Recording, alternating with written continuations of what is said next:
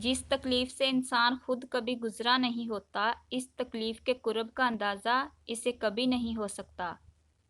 अपने दुश्मन को 1000 मौके दो कि वो तुम्हारा दोस्त बन जाए, और अपने दोस्त को एक भी मौका ना दो कि वो तुम्हारा दुश्मन बन जाए।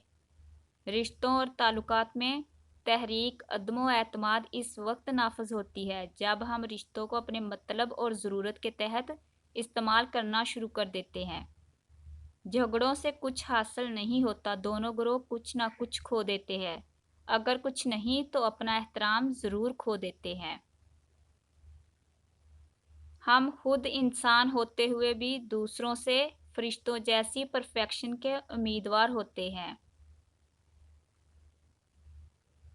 मोहब्बत, दोस्ती, हमदर्दी, रहनुमाई या मदद, इस दुनिया में कोई ना कोई ऐसी निशानी ज़रूर छोड़ जाएं जो ये बताती रहे कि इस राह से आप कभी गुजरे थे।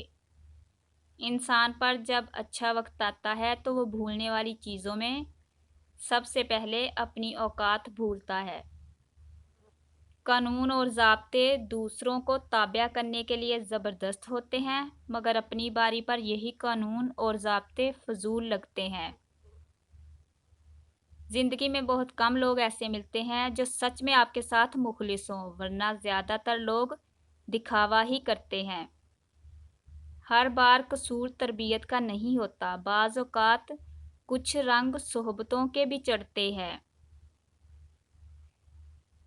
खुद को सबसे बेहतर समझ लेना ये एक ऐसी बीमारी है जो इंसान को किसी काबिल नहीं छोड़ती।